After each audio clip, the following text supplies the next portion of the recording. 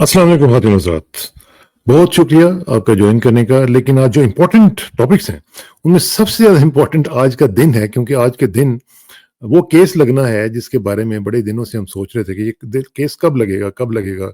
उसके ऊपर आज ज़रा बात करेंगे, क्योंकि ये जो 190 मिलियन वाला केस है, जिसके बारे में आपको पता है पिछले दिनों में कहा जा रहा था जी कि इमरान खान साहब का ये केस लग जाएगा और उसी में फिर उनकी ज़मानत हो जाएगी और 5 तारीख को वो रिहा हो जाएँगे। अब ये जो सूरत-ए-हाल है, इसमें क्या होगा, किस तरीके से होगा, इसका भी ज़रा तजिया करेंगे और देखेंगे कि क्या सूरत-ए-हाल चलती है। लेकिन जो बाकी चीज़ें चल रही हैं, इमरान खान साहब का आपने देखा मैसेज, वो भी आपके साथ शेयर करते हैं कि वो उन्होंने क्या कहा है, उसमें क्या-क्या चीज़ें हैं। तहरीक चलाने की बात कर रहे हैं वो, तहरीक जो है वो कैसे चलेगी। इमरान खान साहब ने सारी क़यादत जो है वो तकरीबन उथल-पुथल करके फ़ारिग कर दी है और उन्होंने कमांड जो है वो खुद ले ली है। तो अब ये कितना इम्पोर्टेंट है कि उनका कमांड पे खुद बैठ जाना, और उन्होंने साथ वाज़ेह तौर पर ये कह दिया कि वो बाउ डाउन नहीं करेंगे, किसी सूरत में कंप्रोमाइज़ नहीं करेंगे। और वो ये भी कह रहे हैं अपने लोगों को कि भई जब मैं इतनी तकलीफ़ें बर्दाश्त कर रहा हूँ, मेरी बेगम इतनी तकलीफ़ें बर्दाश्त कर रही है, तो व्हाट्स रॉन्ग विद यू? ये समझ नहीं आती है बैरिस्टर गौहर साहब को और अली गंडापुर वगैरह को, दूसरे लोगों को। बहरहाल इसका ज़रा तज़िया करते हैं और इन तमाम अमूर पे गुफ्तगू करने के लिए हमें जॉइन कर रहे हैं सिएटल से हमारे दोस्त जनाब असद फैज़ी साहब। हियर कम्स असद भाई। अस्सलाम वालेकुम असद भाई। वालेकुम गजाना साहब, कैसे हैं आप हुजूर? अल्लाह का शुक्र है। सबसे पहले तो मुझे बताएं, आज आपने सलाम क्यों चेंज किया? आप पहले तो आप ऐसे सलाम करते थे। अच्छा, यूँ करता था मैं? नहीं, नहीं, यूँ नहीं करता था। अच्छा, ये तो जाते वक़्त करता हूँ मैं, ये हाँ, आते वक़्त ये करता हूँ। ये मैंने पकड़ लिया आपको। पहले आप ऐसे करते होते थे। बिल्कुल सही कह रहे हैं आप। ठीक है। आने वाला सलाम ये ये और जाने क्या वाला ये। क्या क्या ये तो जिस तरह इमरान खान ने स्ट्रैटेजी चेंज की, ये आपने भी स्ट्रैटेजी चेंज कर ली है? ये आप कह सकते हैं वैसे, क्योंकि बड़ी तब्दीली है और हम बहुत सारी ऐसी बातों पे बात करेंगे कि जो बड़ी तब्दीलियाँ लग रही हैं हमको। हाँ, एक आध बिल्कुल, का तो बिल्कुल। आपने ज़िक्र खुद भी किया, लेकिन हाँ, उनकी हाँ। तफ़सीलात में हम जाएँगे अभी। तफ़सीलात में जाएँगे और ये मुझे बताएँ, एक तो ये है कि आज क्या इमरान खान साहब रिहा हो रहे हैं? देखिए, मेरे ख़्याल में ना ये बातें ख़ास तौर पे कुछ हमारे भोले लोग हैं हुँ, और एक्चुअली ये डिज़ाइन होता है ज़्यादातर आईएसआई का, वो प्लांट करते हैं इस तरह की बातें कि हुँ, इमरान खान अब रिहा हो रहा है और अब रिहा हो रहा है और अब रिहा हो रहा है, क्योंकि उनके हाथ में होता है ना। अब हुँ, वो हुँ। जज से कह देंगे कि मत रिहा करो तो नहीं रिहा होगा। हाँ, हाँ, तो हाँ। लेकिन वो टोटल कंट्रोल में है, तो वो करते इसलिए हैं, 2 वजूहात हैं उसकी। एक वजह तो ये है कि आपको मालूम ही है, अब पिछले कई दिनों से इमरान खान ने ये पूरा माहौल ही चेंज कर दिया है, वो प्रोटेस्ट के ऊपर फ़ोकस कर रहे हैं। उन्होंने अब ये साफ-साफ मुफ़ाहमत की जो भी लोग बात करते हैं, उनको बिल्कुल साइड में कर दिया है और खुल के कह दिया उन्होंने हुँ, कि हुँ। कोई मुफ़ाहमत नहीं होगी, कोई कुछ नहीं होगा। ये हाँ, अली अमीन गंडापुर टाइप के जो लोग थे और ये आज़म स्वाति टाइप के लोग थे, ये गौहर टाइप के लोग थे, जो थोड़े-थोड़े दिनों में जाके उसकी बात करते थे मुफ़ाहमत। इमरान खान ने बिल्कुल ही उनको साइड पे कर दिया और खुल के कह दिया अलीमा खान के ज़रिए और सलमान अकरम राजा के ज़रिए क्लियर पैगाम दे दिया कि कोई मुफ़ाहमत नहीं हुई, कोई फ़ायदा नहीं है। 3 साल से आप हमें पागल बना रहे हैं, मुफ़ाहमत करके टाइम बाय करते करते चले जा रहे हैं आप। अब दिस इज़ और ये चाह रहे थे कि जब टाइम गुज़रता रहेगा, तो ये भी काफ़ी हद तक हम आज इसको कवर करेंगे कि लेकिन संबड़ियाल के अंदर भी ये साबित हो गया कि इनकी जो सारी प्लानिंग थी, साज़िश थी, वो सब नाकाम हो गई हैं। तो हुँ, अब खान साहब ने इसको पूरे तरीके से फ़ोकस कर लिया। एक तो ये, हुँ, दूसरा ये कि पीटीआई के देखिए ना बहुत से लोग ऐसे हैं जो इमरान खान को चाहते हैं वो दीवाना-वार, लेकिन वो उनका पॉलिटिकल एक्यूमेंट इतना ज़्यादा नहीं, सियासी उनकी समझ-बूझ हुँ, इतनी नहीं है। ठीक है ना? तो वो ज़रा बेचारे उनको कहा जाता है कि यार 5 तारीख को इमरान रिहा हो जाएगा, फिर 5 हाँ। को रिहा अगर नहीं होता, तो वो डिमोरलाइज़ हो जाते हैं, डिप्रेस हो हुँ, जाते हैं, कहते हैं हुँ। यार ये हमसे बार-बार कहा जा रहा है। हाँ, और अच्छा, नहीं हो रहे। और वो इतना एनालाइज़ नहीं कर पाते कि कह कौन रहा है। हुँ, हुँ। इमरान खान ने कभी नहीं कहा, इमरान खान की टॉप लीडरशिप ने कभी नहीं कहा। ये बातें फैलाई जाती हैं, ताकि आपको डिमोरलाइज़ किया जाए, आपको डिप्रेस किया जाए, और कोई वजह नहीं होती इन बातों की। हुँ। तो ये जो मैसेज आया है, इसमें तो असद भाई जो मैं टोन देख रहा हूँ, वो टोन तो पहले से भी ज़्यादा सख्त हो चुकी हुई है। जंगल का बादशाह और इस तरह की चीज़ें जो हैं, और जनाब बिल्कुल इन्होंने अदलिया को मफलूज करके रख दिया है। नो मई फॉल्स फ्लैग था। ये सब चीज़ें जो हैं, ये तो टोन जो है इमरान खान साहब की किसी सूरत में ये नहीं लग रही कि वो कोई भी थोड़ी-सी भी स्पेस देना चाहते हैं फील्ड मार्शल साहब को या उनके लोगों को, तो इससे क्या मतलब क्या लिया जाए? देखिए, मैं आपको आपकी तवज्जो इधर मबज़ूल कराना चाहता हूँ। खान के आप ट्वीट पढ़ें पिछले 2 साल के अंदर, उनकी टोन ज़्यादातर शायद ये थोड़ी ज़्यादा स्ट्रॉन्ग हो लेकिन आस-पास इसी की होती थी। हुँ, ये दूसरी बात है कि गौहर, अली अमीन इस टाइप के जो टटपुंजिया लीडर जो थे, उनकी मुफ़ाहमत की और हम बातचीत करके और हुँ, पागल बनाने के लिए पीटीआई के वर्कर्स को बेवकूफ़ बनाने के लिए कि देखें जी अगर हमें इमरान खान को रिहा कराना है तो उसका एक ही रास्ता है।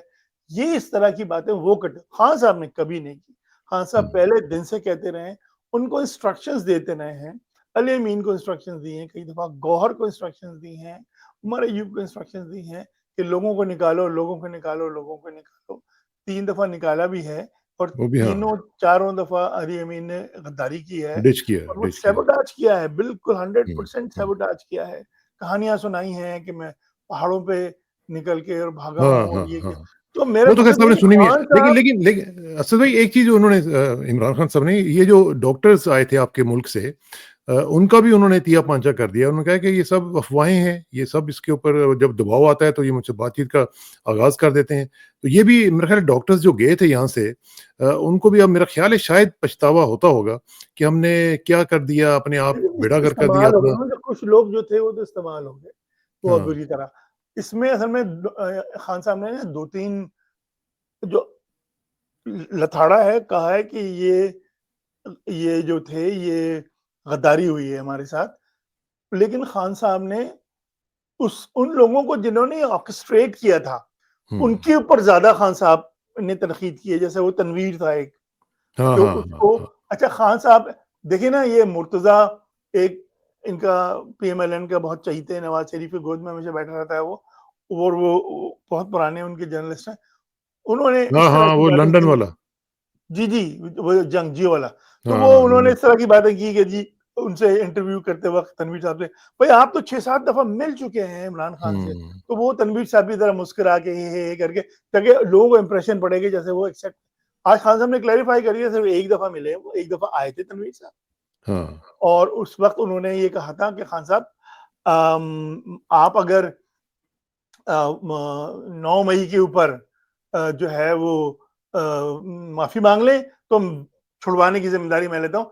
खान साहब ने कहा अगर मुझे माफ़ी माँगनी होती तो तेरी क्या ज़रूरत है मुझे भाई? हाँ, तो हाँ। और उन्होंने खान साहब ने कह दिया फिर आप आइंदा मत आइएगा। तो वो दोबारा फिर आए थे कुछ 1-2 महीने के बाद, खान साहब ने उनसे मिलने से इनकार कर दिया था। इनकार कर दिया। ठीक है हाँ। ना? तो इसलिए अच्छा और भी कौन लोग उसके पीछे हैं? अनफॉर्च्यूनेटली पाकिस्तान में अमेरिका में पीटीआई की लीडरशिप है। आतिफ खान 100% हुँ। इन्वॉल्व थे उसके अंदर। बल्कि वो तो उन्होंने जा के टीवी पे डिफेंड भी किया है उसको। और फिर वो जो कम इन्वॉल्व थे, जो पीछे से इन्वॉल्व थे वो सज्जाद है, वो बरकी। सज्जाद बरकी है। तो अब खान साहब ने इन सबको लताड़ा है। और हुँ। कहा ये गद्दारी है हमारे साथ जो हुई है ये हाँ, और इस तरह के आइंदा लोगों को तो इसलिए खान साहब बेसिकली ये कह रहे हैं कि भाई आप यहाँ से वहां से उठा के लोगों को लेके ना आए मुझे कोई इंटरेस्ट नहीं है किसी के साथ कोई डील करवाने वाले के साथ पिछले दिनों आपने देखा होगा ना वो बेचारों को अच्छा अब हमें ये भी होता है कि जो सिंसियर हमारे जो जर्नलिस्ट होते हैं ना जो हमारे यूट्यूबर्स होते हैं हुँ, हुँ। उनको भी मैनिपुलेट किया जाता है उनको भी गलत खबर फीड की जाती है हाँ, की जाती है, की जाती है। और अच्छा उनको ये जो पैट्रन इन चीफ वाला मामला है, ये क्या जी है? पैट्रन इन चीफ बनने से क्या फ़र्क पड़ेगा? तो पैटर्न चीफ जो है उसका मतलब ये है देखिए ना अब चेयरमैन जो है वो हमारे कॉन्स्टिट्यूशन में है पीटीआई के इलेक्टेड है हुँ, ठीक है ना हुँ, तो पीटीआई चेयरमैन से ऊपर तो कोई ओहदा है नहीं हुँ, तो अब और चेयरमैन के पास पावर्स हैं तो वो है गौहर बदकिस्मती से हुँ, हमारी हुँ, हुँ। तो अब खान साहब ने ये ओहदा क्रिएट किया एक तरह का पैटर्न इन चीफ और उसमें बेसिकली ये इशारा इस बात के ऊपर है यानी डिसीजन मेकिंग जो है वो अब अब डिसीजन बाकी सारे मैं लूंगा और हाँ। मेरे डिसीजन होंगे, मेरा हुक्म लेकिन होगा। लेकिन लेकिन असद भाई अगर अगर वो डिसीजन वो लेंगे, लेकिन जिस तरह पहले इन्होंने इनकम इनकाडो किया था, उनके साथ सब सब रवाबित खत्म कर नहीं, दिए थे, नहीं फिर वो वो कर तो देंगे? देखिए अब ये ना अब बिल्ली थैले से बाहर आ गई। हुँ, अब पहले तो ये हुआ था ना कि ये खान साहब ने ये ऐलान कर दिया है अब कि हम प्रोटेस्ट में जा रहे हैं, डिसीजन हो गया है और उन्होंने कहा है कि ये जो सारी मैंने उसकी डिटेल थी ये बता दी है गौहर अयूब को भी और उनको भी, सलमान अकरम राजा को भी, और ये बात इनको भी पता है, अलीमा बेगम को भी पता है बात। तो अब ये, और खान साहब ने ये कहा है, हो सकता है मुझे 3 महीने के लिए दोबारा अंदर वो कर दें, हाँ हाँ हाँ। सॉलिटरी में डाल दें। तो खान साहब ने पहले से हिफ्ज़ मा तक़द्दुम कर लिया है, पूरी प्लान करके उन्होंने कम्युनिकेट बता कर दिया। दिया है अलीमा खान को भी, सलमान अकरम राजा को भी, और उनको उमर उमर अय्यूब उमर को भी ये कम्युनिकेट कर दिया है। हाँ। लेकिन फैसला अपने हाथ में रखा है। उन्होंने कहा कि जाओ, ये मेरा फैसला है, जाके इम्प्लीमेंट कराओ। हुँ। तो अब ये इसलिए जो जो है, आप नाम ले रहे हैं उमर अय्यूब साहब का, मुझे समझ नहीं आ रही वैसे उमर अय्यूब साहब का भी जो बैकग्राउंड है उसमें भी बड़ी-बड़ी चीज़ें आती हैं। लेकिन मैं आपको ज़रा थोड़ा-सा बताऊँ, please watch out for him, क्योंकि मुझे जो कुछ इत्तलात मिल रही हैं उमर साहब के बारे में, वो कोई इतनी प्रॉमिसिंग नहीं है, और मैं चंद दिनों में शायद ये बात बताने के काबिल मज़ीद हो जाऊँगा कि उमर अय्यूब साहब जो हैं वो कुछ जंप करने के लिए भी सोच रहे हैं, एक और पार्टी की तरफ जाने का भी सोच रहे हैं, तो उसके ऊपर भी ज़रा मैं आपको बताऊँगा यार कि मैं क्या बताऊँ सूरतें चल रही। आपको, हाँ। चले जाएँ, जान छूटे हमारी। बहुत से गए हैं ना लोग, वो हाँ, क्या हाँ। नाम था उसका, खटक गया है ना आखिर वो, हाँ, और हाँ, ये हाँ। जहांगीर तरीन गए हैं ना, फिर वो खत्म हो गया ना जाके। हुँ, तो ये जाएँ तो हमारी जान छूट जाए, हम तो बहुत खुश होंगे। ये हुए, गौहर हुआ, अली अमीन हुए। मैं अली अमीन से कह रहा हूँ कि केपी की गवर्नमेंट भी रख लो और चले जाओ हुँ, यहाँ से। गद्दारी जो बार-बार कर रहे हो वो तो नहीं करोगे। मुझे हुँ, यकीन है कि केपी के अंदर जो एमपीएस हैं और जो वो हैं, वो खान साहब के साथ सॉलिडली खड़े रहेंगे। हुँ, उसकी मुझे इतनी फ़िक्र नहीं है। लेकिन मैं आपको बता ही रहा हूँ कि जिन लोगों को कल जाना है वो आज ही चले जाएँ। मुझे हाँ, बड़ी हाँ। खुशी होगी।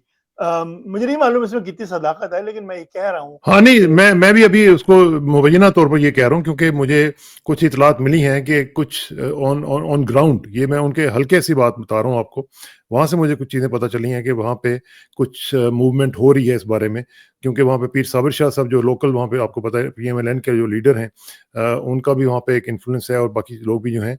तो और ज़ाहिर है कि ये उमर अय्यूब साहब ने भी तो कोई पार्टी छोड़ी नहीं है ना अभी तक, सारी पार्टियों में से हो के तो पीटीआई में आए एक हैं। और भी अब है वैसे, परेशान-कुन बात, तो उनके लिए, हमारे लिए तो नहीं है, हुँ। कि उनको कई दिनों से प्रेशर भी डाला जा रहा है कि तुम्हारी जो नेशनल असेंबली की सीटें हैं वो खत्म कर देंगे। हाँ, और हाँ, और अब वो उसको 1 महीने के लिए पोस्टपोन भी कर दिया है।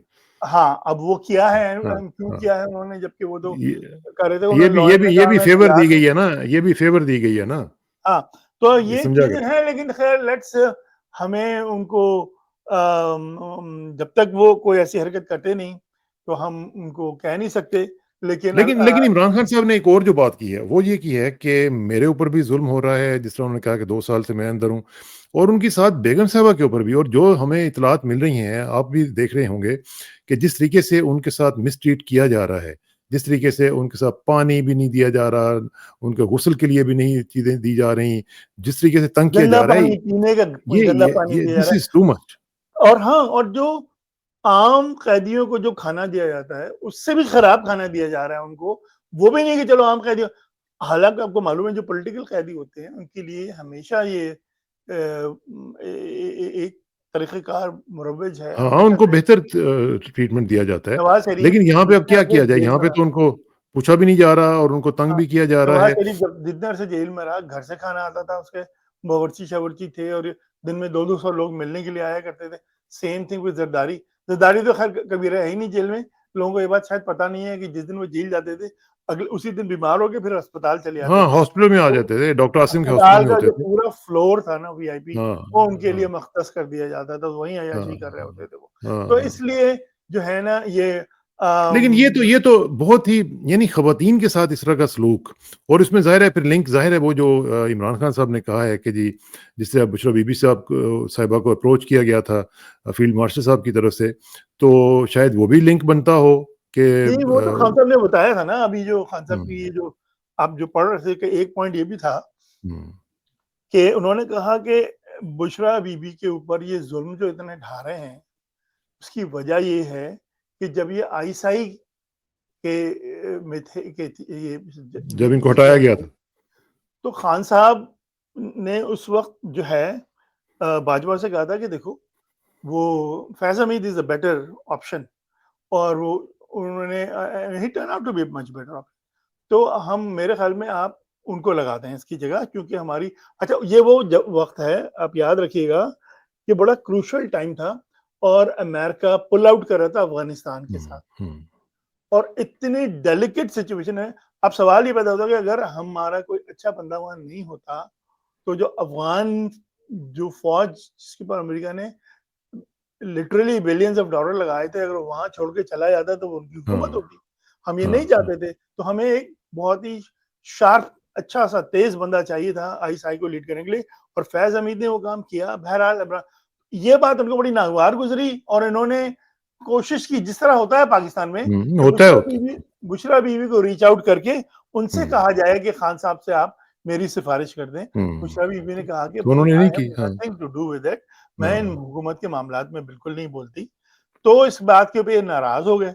फिर उन्होंने ये कहानी गढ़ी कि करप्शन की है मुझे तो इसलिए निकलवाया कि मैंने तो बुशरा बीवी और वो जो कोई फाइल की थी, जो है वो फराह गोगी, उन्होंने करप्शन की थी बहुत सारी, मेरे पास फाइलें थी। तो जब मैं आईएसआई का हेड था तो मैंने खान साहब को दिखाई, खान साहब नाराज हो गए, मुझे निकलवा दिया। फाइल अभी कहाँ पे है? वो क्यों नहीं, अभी भी तो निकाल सकते हैं ना, क्यों नहीं निकाल रहे? मैं यही कह रहा हूँ, अब उसको 3 साल हो गए ना यार। अब आपने उनके ऊपर क्या क्या मुकदमा नहीं लगाया, आपने इद्दत तक का तो मुकदमा लगा दिया उनके ऊपर। तो वो अगर करप्शन की फाइलें मौजूद है आपके ऊपर, तो 3 साल में आपने निकाली क्यों नहीं? तो ये तो सरासर बकवास, झूठ और लगो। लेकिन उनका कॉन्फिडेंस जो है, कॉन्फिडेंस तो इस वक्त यही बता रहा है कि वो इस वक्त बहुत पॉपुलर हो चुके हैं फील्ड मार्शल साहब, और जिस तरीके से वो अब कंडक्ट कर रहे हैं अपने आप को और पूरी गवर्नमेंट को, उससे तो बड़ा कॉन्फिडेंट उनका वो लग रहा है। समड़ियाल ने दिखा दिया ना कितने पॉपुलर है। तो समड़ियाल ने तो में भी जो पाकिस्तानी रहे थे, मेरा दिल चाहता है कि उनका हाथ चूम लूं मैं। अच्छा, इससे वैसे समड़ियाल से एक चीज तो जाहिर हो गई कि लोगों ने अभी तक अपना जो स्टैंड था वो नहीं छोड़ा। बिल्कुल, मैं यही कह रहा हूँ, ये जो पूरी मिथ क्रिएट की थी आईएसआई ने, इनके टाउट्स ने, इनके जितने भी इनके पेरोल के ऊपर हैं, जर्नलिस्ट हैं, सोशल मीडिया के अंदर लोग हैं, कि वो एक पूरी मिथ क्रिएट की कि जी बस इंडिया के साथ वो झड़पें हुई, उसके बाद पाकिस्तान एयरफोर्स के पायलटों ने वो गिराया जहाज, ठीक है ना, उसको उसका ताल्लुक क्या है? मुझे तो ये कोई समझा दे कि आसिम मुनीर से क्या ताल्लुक उसका? आर्मी तो पहली बात तो वो झड़प थी, सही बात का हम भी ये बात कह चुके हैं, कोई जंग नहीं थी ना, आर्मी मूव हुई ना नेवी मूव हुई, कुछ नहीं हुआ। 3 दिन की फजाई झड़पें थी, और उसमें हमारे पायलट्स ने वो काम किया है कि जो रहती दुनिया तक उनका नाम रहेगा।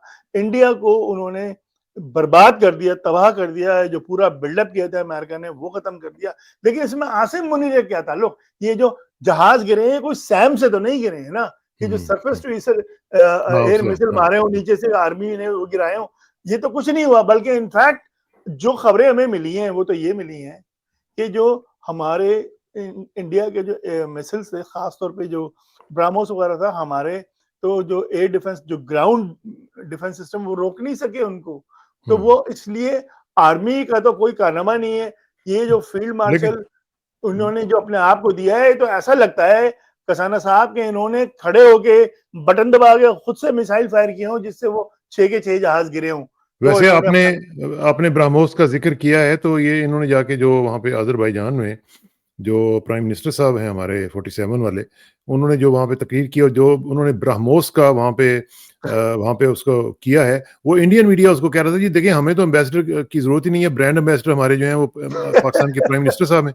यानी दिस इज अनबिलीवेबल कि आप उनके मिसाइलों की तारीफें कर रहे हैं कि जी वो हमारे हर जगह पे आके, ये तो आप बल्कि अपना आप वल्नरेबिलिटी शो कर रही हैं। मेरे ख्याल से वो शख्स खोते, बिल्कुल उसका खोते का दिमाग है, और वो देखता है वैसे इंडियन उन्होंने चैनल है, आज तो इंडियन इमरान खान चैनल साहब ने, देखता है तो उसका ब्रेन वॉश हो जाता है आज तो इंडियन इमरान चैनल खान से। साहब ने उनका नया नाम रख दिया। हाँ जी, लीला रख दी उसके, नहीं लेला लेला लेला, वो लीला पंजाबी में नाम लेला रखे ना कहते हैं उसका, ना। कि वो जाके वो बकरीद की उसे क्या है, आजकल लेले बड़े नजर आ रहे हैं, तो लेले ये भी एक लेला ही है एक तरह का। लेकिन ये अजीब बात है वैसे। लेकिन एक चीज मुझे बताएं कि बहुत ही, जो मुझे एक और चीज का अफसोस है, एक तो बुशरा बीबी साहबा का तो है ही है, लेकिन जो यास्मीन राशिद साहबा के साथ जो किया जा रहा है, ये देखें कैंसर सर्वाइवर हों और इतनी बेचारी उनकी हालत आप 70 देखें। साल उम्र है जिनकी। हाँ, तो मतलब है कि एक मल्टीपल उनके प्रॉब्लम्स चल रहे हैं मेडिकल के, तो आप उनको जनाब ज़ील किया हुआ है, और इतने मेरा ख्याल इस वक्त 47-48 डिग्री सेल्सियस का वहाँ पे टेम्परेचर भी होगा, तो वो बेचारी क्या कर रही होंगी? मुझे समझ नहीं आती कि यार उनके साथ ये देखें, क्यों। मैंने इसमें काफी सोचा कि ये घटियापन में इसके पीछे वजह क्या है? ये इसके पीछे वजह घटियापन से भी ज़्यादा इनका खौफ है। ये डरते हैं यास्मीन राशिद से।